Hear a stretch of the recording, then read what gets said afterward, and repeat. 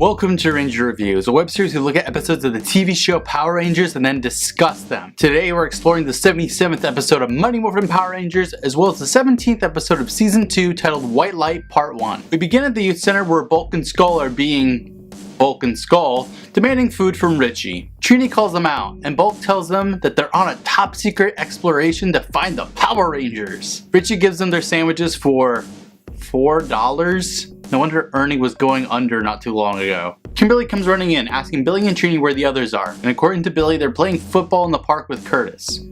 Kim has exciting news though. Tommy is coming home at the end of the week! Question, where the hell did he go again? Trini suggests a surprise party. Zed sees that they're planning a party and he wants to just kill Tommy now. Like, you won already, dude. Stop. In the park, Jason and Zach are playing football with extras and also Curtis when the other teens come up with the news about Tommy. Meanwhile, Alpha and Zordon decide to use this lull in space alien attacks to go on a secret mission to go to a secret chamber. Alpha says the big day is finally here? What is going on? Then the command center just shuts down in complete darkness.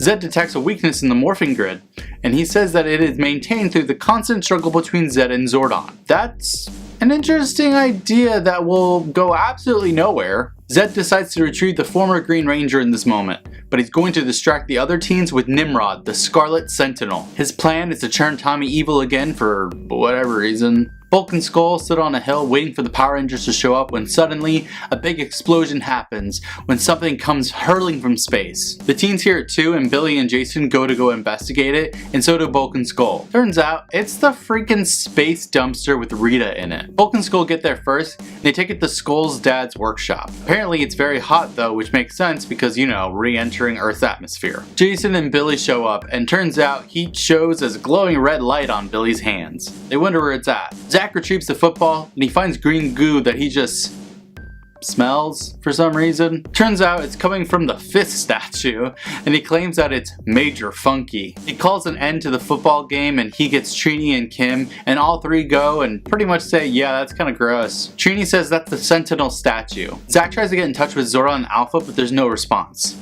Trini suggests getting in contact with Billy and Jason, who take a second to respond for no other reason than to build very minor tension. Then Billy and Jason teleport in to look at this gooey fist, and Zed says, nope, this is too soon, so he sends down putties who attack the teens. There's a decent putty fight in the park before the putties are all decimated, and the others update Billy and Jason about Alpha and Zordon. Meanwhile, Bulk and Skull arrive in the industrial workshop of Skull's dad's, and you can legitimately see someone's trailer outside. They plan to open the dumpster to reveal the secrets of the Power Rangers. The teens decide to teleport to the command center, and when they leave, we see a Halloween mask taped to the back of the statue with human eyes. Meanwhile, Tommy just got done swimming, so he runs for his towel, and in a seizure-rific effect, he's teleported away. Then Zed says that everything is going according to his plan. At the command center, the teens find the dark room, but thankfully Billy has a flashlight. They're super confused as to what the hell is going on.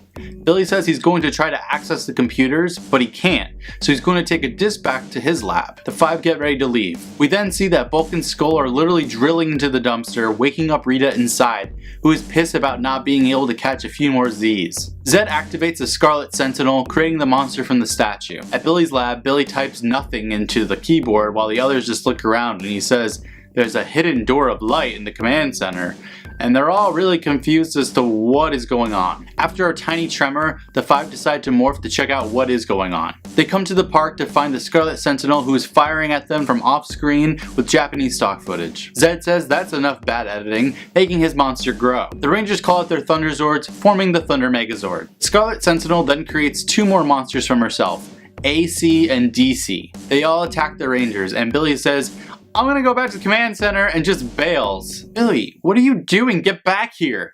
Now Bulk and Skull are using a chainsaw and they still can't get the dumpster open. And they stop for a second, hearing Rita screaming inside. Skull thinks it's his mom yelling for them for a second, which is a nice little moment. Billy walks around in the command center holding his helmet and a flashlight. He uses the access code that he found from the disc he used at his lab to open a door of light, the same that Alpha walked into previously. He walks in, falling down pretty quickly through a pretty terrible green screen effect. Then Billy finds an open grate, peering down and witnessing that Zordon and Alpha are down there, working on a new Power Ranger, who was apparently just passed out on the table. To be continued. This episode's really good, but it's not without its strange moments. Why would Zed even want to bring Tommy back into the fold and turn him evil, when his entire shtick prior was drain his powers? So his plan went from just kill Tommy to use Tommy to help him in between scenes. Why wouldn't Alpha and Zordon just let the Rangers know that they're working on something instead of just bailing? Also, why did Billy just bail from the Megazord battle? That was the strangest part to me. If you forgive this show for a lot of its typical issues, yeah, this is an overall decent episode. So who is this mysterious new Ranger?